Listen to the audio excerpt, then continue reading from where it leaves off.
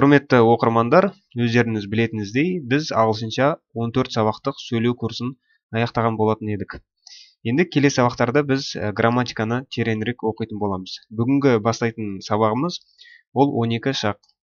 Өздеріңіз білетініздей, ағылшын тілінде 12 шақ болады. Ол біріншісі future, келер шақ, present, осы шақ, past, өткен шақ деп үшке бөлінеді екен, үш шақ. Осы үш шақ енді өзі төртке бөлінеді екен. Ол simple, continuous, немесе progressive деп айтады. Perfect, және perfect continuous деп. Екеуі қосылған кезде future simple, present simple, past simple деп бөлінеді. Continuous-та future continuous, present continuous, past continuous деп бөлінеді. Perfect-та future perfect, present perfect, past perfect деп бөлінеді. Perfect continuous-та future perfect continuous, present perfect continuous, past perfect continuous деп осылай 12 шаққа бөлінеді екен. Сіздерге айтайын, ағылшынша сөйлеу үшін міндетті түрде 12 шақты біліп, одан кейін барып сөйлей бастау керек деген ол қате ұғым.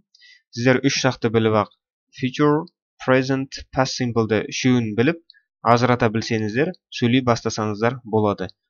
Кейін қалғанын меңгеріп аласыздар. Бірақ 12 шақты біліп жүрсеңіздер, сіздерге үлкен плюс болады. Бүгінгі өтетініміз ол present simple-дан бастаймыз. Осы шақтан. Ал кеттік. Present simple tense. Осы шақ. Present simple осы шақты қашан қолданамыз десеңіздер, бұл осы шақтағы жалпы немесе әрдайым қайталанып отыратын іс-әрекеттерді сипаттаған кезде, сіздер осы present simple-ды қолданады екенсіздер. Бұның өзі екіге бөлінеді. Біріншісі ол to do етістік арқылы, екіншісі to be етістік арқылы. Бүгінгі өтетіміз ол to do етістік арқылы құралатын сөйлемдер екен. Енді біз мысал ретінде келтірейік, present simple қашан қолданатынымыз. Біріншісі ол permanent, тұрақты іс әрекеттер. Сіздер осы тұрақты іс әрекеттерді сипаттаған кезде present simple қолданасыздар. Мысалы, we live in Almaty. Біз Алматыда тұрамыз. Көрдіңіздер ғой, сіздер мысалы бір жерде көп уақыт тұрып жатсаңыздар, мысалы сіз ертең мысалы көш кетпейтін болсаңыздар, мысалы айтқанда, сіз енді көп уақыт осы жақта тұрсаңыздар, тұрақты іс әрекет мысалы. We live in Almaty. Біз Алматыда тұрамыз. Сіздер осы present simple қолданасыздар. Келесі, he works at a factory. Ол зауытта істейді. Көрдіңіздер ғой, бұл кеше кірген адам емес, бұл ұзақ уақыт бойы мысалы тұрақты сол зауытта істеп келе жатқаннан кейін, ол осыны қолданады. Мысалы, he works at a factory. Ол адам зауытта істейді деп. Келесі, routines. Күнделікті істейтін іс-әрекеттер. Қашан тұрасыздар, қашан ұйқыға жатасыздар, бір нәрсені күнделікті істесеңіздер, сіздер осыны қолданасыздар. Мысалы, I wake up at 6 o'clock. Мен таңғы сағат 6-да тұрам дейді. Бұл күнделікті істейтін әрекет. Таңғы 6-да тұрасыздар, мысалы, біреу 7-де, 8-де. Сіздер осы present simple қолданасыздар. Келесі мысал, I go to sleep at 11 p.m. Мен сағат 11-де ұйқыға жатам дейді. Көрдіңіздер, бұл да тұрақты іс-әрекетке саналады. Сол үшін present simple-ді қолданамыз. Үшінші мысал, facts. Факт немесе шындық. Мысалы, кез келген фактын айтқан кезде, мысалы, the sun rises in the east. Күн шығыстан шығады дейді. Бұл факт, факт болғаннан кейін present simple-да қолданасыз. Мысалы, аспанның түсі көк, мысалы, күнді жер айналады деген осындай фактыны айтатын болсаңыздар, осы present simple-ді қолданасыздар. Төртінші мысал, schedules, график. Мысалы, график бойынша бір нәрсені істесеңіздер, мысалы, график бойынша сабақ қашан басталады, самолет қашан кетеді деген секілді графикаға негізделсе, графикке, сіздер осы present simple қолданасыздар. Мысалы, our class starts at 9 o'clock. Біздің сабақ сағат 9-да басталады, график бойынша. Келесі мысал, my flight leaves at 8 in the morning дейді. Менің ұшағым сағат 8-де ұшады дейді. Көрдіңіздер ғой, бұл график бойынша самолеттің ұшуын айтып тұрғаннан кейін present simple қолданылып тұр. Келесі мысал, frequency дейді, жиілік. Қашан мысалы, әрқашан, сирек, мысалы, жиілікті бұл жерде айтылып тұрса, сіздерде осы present simple қолданасыздар. Мысалы, she always takes the bus. Ол қыз дейді, әрқашан автобусқа отырады дейді. Көрдіңіздер, әрқашан always деп. Сол секілді, сіздерге мысал айтайын, үстеулер болады. Жиілікке байланысты present simple'да қолданатын үстеулер болады. Ол келесі сөздер. Always, әрқашан. Often, жиі. Usually, әдетте. Sometimes, кейде. Really, сирек. Seldom, ол да сирек. Never, ешқашан. Егер осы сөздерді қолданатын болсаңыздар, немесе осы сөздерді кездестірсеңіздер, бұл present simple'ды сипаттайтын үстеулер екен. Бізге сөйлем құрастыру үшін міндетті түрде есімдіктер керек болады. Есімдікті ағылшынша pronoun дейді. Ең бірінші I, мен, you, сен, сіз, we, біз, they, олар, he, ол ер адамға айтылады, she, ол қыз адамға айтылады, және it, ол зат немесе жануарларға қолданылады екен. Өздеріңіз білетініздей, біз сөйлеуге арналған курсымызда осы кесте арқылы бүкіл сөйлемді құрастырған болатынбыз. Future simple'да, present simple'да және past simple'да. Біз енді бүгін тек қана осы present simple'ды өтеді екенбіз. Міне. Ең көп қолданылатын етістікті алайық. Work деген, жұмыс істеу деген мағынаны білдіретіндігіне. Present simple'да осы жақта болымдыда сөйлем құрастырып көрейік. Мен жұмыс істеймін. I work. Сен жұмыс істейсің. You work. Біз жұмыс істейміз. We work. Олар жұмыс істейді. They work. Енді болымдыда present simple'да he, she, itке келген кезде өзгеріс болады. Етістіктің соңына s деген әріп жалғанады екен. Мысалы, ол адам жұмыс істейді. He works. Ол қыз адам жұмыс істейді. She works. Және ол бір зат жұмыс істесе, it works деп айтылады екен. Енді осы s қай кезде қосылады деген сұрақ пайда болады. Бұл жерде present simple осы жақта he, she, it'тан кейін етістіктің соңына s әрпі қосылады. Бұл жерде 3 мысал бар. Бірінші мысал, егер етістіктен кейін s, ss, sh, ch, x, o әріптері болса, етістіктің соңында, онда es әрпі қосылады екен. Мысалы, I miss, he misses. I wash, he washes. I teach, he teaches. I fix, he fixes. Do, does. Go, goes. Келесі мысал екінші. Дауыссыз дыбыстан кейін y әрпі болса, онда ол IES-ге ауысады екен. Y әрпі түсқалады, оның орнына IES әрпі жалғанады екен. Мысалы, I study, he studies. I try, he tries. Көріңіздер ғой, y әрпі түсқалатта EIS әрпі жалғанады екен. Бұл тек қана, мысалы, S, ES деген бәрі he, she, it'те ғана қолданылады. Present simple осы жақта ғана.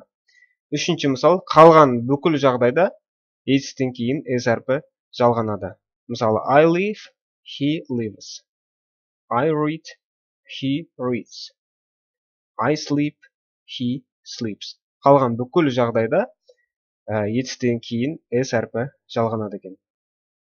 Сіздерге тағы бір мысал айтқым келіп отыр. Бұл жерде, мысалы, I work деген мен жұмыс істеймін деген сөз. Бұл жерде мағынада мен жалпы жұмыс істеймін деген сөз. Мысалы, I work in a hospital. Мен ауруханада жұмыс істеймін жалпы. Бұл дәл қазіргі іс-әрекетті білдіріп жатқан жоқ. Бұл жалпы мағына деп отыр. Мысалы, дәл қазір істеп жатқан әрекетті айтқыларыңыз келсе, бұл present simple емес, бұл present continuous болып кетеді. Келесі кестеде сіздерге осыны мысал келтіріп кеткім келіп отыр. Көп адамдар осы present simple мен present continuous екеуін шатастырып жатады. Бүгін қысқаша ғана түсіндіріп кетейін. Келесі сабақтарда мен present continuous жайлы толық сабақ арнайтын боламын. Present simple, мен бағана айтқанымдай, ол жалпылама бір мағына айтсаңыздар, немесе ол нәрсе тұрақты іс-әрекет болатын болса, сіздер present simple'ды қолданасыздар. Ал present continuous'ке келетін болсақ, ол дәл қазіргі істеп жатқан бір зат болуы мүмкін, және ол зат уақытша нәрсе болуы мүмкін. Сіздер оны істеп басқа нәрсеге көшіп кетесіздер. Ол уақытша бір әрекет. Сол кезде present continuous'ты қолданасыздар. Мысал келтіріп кетейін. I work in a shop. Мен дүкенде істеймін. Мен жалпы дүкенде істеймін, және ол дүкенде көп болды істегеніме деген секілді тұрақты істеп келе жатсаңыздар, сіздер осыны қолданасыздар. I work in a shop. Мен дүкенде істеймін. Ал present continuous'ке келетін болсақ, сіздер I am working right now. What are you doing десем, сен не істеп жатсың дәл қазір десе, I am working right now. Бұл жерде не өзгереді? I-дан есімдігінен кейін to be етістігі am-ге айналады. Work-тан кейін етістігінен кейін ing жалғауы жалғанады екен. I am working right now. Мен дәл қазір жұмыс істеп жатырмын. Бірдеңкемен айналысып жатырмын. Екінші, you work. Сен жұмыс істейсің. Жалпы айтасыздар. You are working. Сен дәл қазір жұмыс істеп жатырсың. We work. Біз жұмыс істейміз. We are working. Біз дәл қазір жұмыс істеп жатырмыз. Көрдіңіздер ғой, you-дан кейін to be етістігі a болды, we-дан кейін a-ға өзгерді. They work. Олар жұмыс істейді. They are working. Олар дәл қазір жұмыс істеп жатыр. Бұл жерде де to be етістігі a-ға айналды. He works. Ол адам жұмыс істейді. Жалпы жұмыс істейді. Мына he is working. Ол дәл қазір жұмыс істеп жатыр. He-дан кейін to be етістігі is болып кетті. She works. Ол қыз адам жұмыс істейді. Жалпы. She is working. Ол дәл қазір жұмыс істеп жатыр. It works. Ол жұмыс істейді. It is working. Ол жұмыс істеп жатыр. Дәл қазір.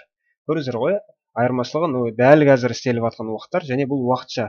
Бұл дәл қазір мен істеп жатырмын, басқа нәрсе істеп кетуі мүмкін. Ал present simple-да келген кезде ол жалпы мағынада айтасыздар. Енді work етістігін болымсызда present simple осы жақта қолданып көрейік. Мен жұмыс істемеймін. I don't work. Don't деген ол do not-тың қысқартылған түрі екен. Сен жұмыс істемейсің. You don't work. Біз жұмыс істемейміз. We don't work. Олар жұмыс істемейді. They don't work. Ол жұмыс істемейді, ол адам. He doesn't work. Doesn't деген does not-тың қысқартылған түрі екен. Және does he, she, it-қа қолданылады. Ол қыз адам жұмыс істемейді. She doesn't work. Және бір зат жұмыс істемесе, it doesn't work деп айтамыз. Енді сұрақ қойған кезде біздің do мен does-ымыз ең бірінші кестемізге шығады екен. Мен жұмыс істеймін ба? Do I work? Деп сұрақ қоясыздар. Сен жұмыс істейсің ба? Do you work? Біз жұмыс істейміз ба? Do we work? Олар жұмыс істей ма? Do they work? Do, I, you, we, they-ге қолданылады, және he, she, it-та does қолданылады екен. Сұрақ қойған кезде алдыға шығады. Ол адам жұмыс істей ма? Does he work? Ол қыз адам жұмыс істей ма? Does she work? Және бір зат бір жұмыс істей ма деп сұрасаңыздар, does it work? Болады екен. Келесі мысал, ең көп қолданылатын етістіктің бірі ол go етістігі. Мағынасы бару екен. Енді осыны болымдыда present simple осы жақта сөйлем құрап көрейік. I go. Мен барамын. You go. Сен барасың. We go. Біз барамыз. They go. Олар барады. He, she, it-та сіздер білесіздер, етістігінің соңында s әрпі қосылады екен. Бірақ алдында айтқанымдай, go дегеннің соңғы әрпі o болғандықтан es әрпі қосылады екен. Ол барады, ол адам. He goes. Ол қыз адам барады. She goes. Енді бір зат баратын болса, it goes болады. Енді тура осыны болымсызда, осы болымсыз, present simple осы жақта қолданып көрейік. I don't go. Мен бармаймын. You don't go. Сен бармайсың. We don't go. Біз бармаймыз. They don't go. Олар бармайды. He, she, it-та he doesn't go. Ол адам бармайды. Енді қарасаңыздар, болымсызда s әрпі қосылмайды екен. Қайтадан бұрынғы қалпына келеді. Go деген етістік болады екен. Ол қыз адам бармайды. She doesn't go. Және бір зат немесе жануар болса, it doesn't go болады екен. Енді сұрақ қойған кезде, мына болымсызда do-ымыз алдыға шығады, does-ымыз да осы алдыға шығады екен. Сұрақ қойған кезде мен барамын ба? Do I go? Сен барасың ба? Do you go? Біз барамыз ба? Do we go? Олар бара ма? Do they go? Енді he, she, itқа келген кезде does алдыға шығады екен, сұрақ қойған кезде.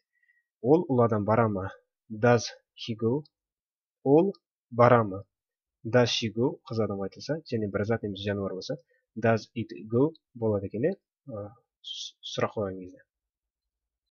Келесі талдайтын етістігіміз ол study. Study деген оқу деген мағынаны білдіреді екен. Мысалы, study English language. Ағылшын тілін оқу деген секілді. Енді осыны болымдыда present simple осы шақта сөйлем құрап көрейік. I study English. Мен ағылшынша оқимын. You study English. Сен ағылшынша оқисың. We study English. Біз ағылшынша оқимыз. They study English. Олар ағылшынша оқиды. He, she, itқа келген кезде білесіздер, етістен кейін s әрпі жалғанады. Бірақ бұл жерде қарасаңыздар, study дегеннің ең соңғы әрпі y. Y-дан кейін d деген дауыссыз әріп. Бұндай кезде y-дан кейін дауыссыз әріп болатын болса, y әрпі түсіп қалады да I, E, S әрпі жалғанады екен. Мысалы, ол ағылшынша оқиды. Бұл адам болса, he studies English. Көрдіңіздер ғой, міндетті түрде y-дан кейін дауыссыз әріп болу керек. Мысалы, ол ағылшынша оқиды, қыз бала. She studies English. Енді тура осыны болымсызда present simple осы жақта талдап көрейік. Мен ағылшынша оқымаймын. I don't study English. Сен ағылшынша оқымайсың. You don't study English. Біз ағылшынша оқымаймыз. We don't study English. Олар ағылшынша оқымайды. They don't study English. Ол адам ағылшынша оқымайды. He doesn't study English. Doesn't немесе does not деп айта берсеңіз де болады. Ол қыз адам ағылшынша оқымайды. She doesn't study English. Енді сұрақ қойған кезде do мен does ең бірінші кестеге шығады. Мен ағылшынша оқимын ба? Do I study English? Деп өзіне сұрақ қойасыздар. Сен ағылшынша оқисың ба? Do you study English? Біз ағылшынша оқимыз ба? Do we study English? Олар ағылшынша оқи ма? Do they study English? Деп сұрақ қойасыздар. He, she, itта does қойылады. Ол адам ағылшынша оқи ма? Does he study English? Немесе ол қыз адамға сұрақ қойсаңыздар, сен ол ағылшынша оқи ма десеңіздер, does she study English болады екен. Соңғысы, осы present simple-да қысқаша сұраққа жауап беріп үйренейік. Ол үшін біз live деген етістікті алайық. Live деген true деген мағынаны білдіреді. Do you live here? Деп біреу сұрақ қойса, сен осы жерде тұрасың ба? Yes, I do. Yeah. No, I don't. Болымсызда жоқ деген білдіреді екен. Do we live here? Біз осы жерде тұрамыз ба? Yes, we do. Yeah, тұрамыз. No, we don't. Жоқ, тұрмаймыз. Do they live here? Олар осы жерде тұра ма? Yes, they do. Yeah. Болымында, болымсызда no, they don't. Енді he, she, itқа келген кезде does he live here? Ол адам осы жерде тұра ма? Yes, he does. Болады. Болымында, болымсызда no, he doesn't. Жоқ деген мағынаны білдіреді екен. Қыз адамға келетін болсақ, does she live here? Ол осы жерде тұра ма? Yes, she do. Yeah, осы жерде тұрады. Ол қыз. No, she doesn't. Жоқ, осы жерде тұрмайды деген осылай қысқаша жауап береді екенсіздер. Ал енді достар, сонымен бүгінгі present simple осы жақтағы сабағымыз аяқталды. Келесі сабақта көріскенше.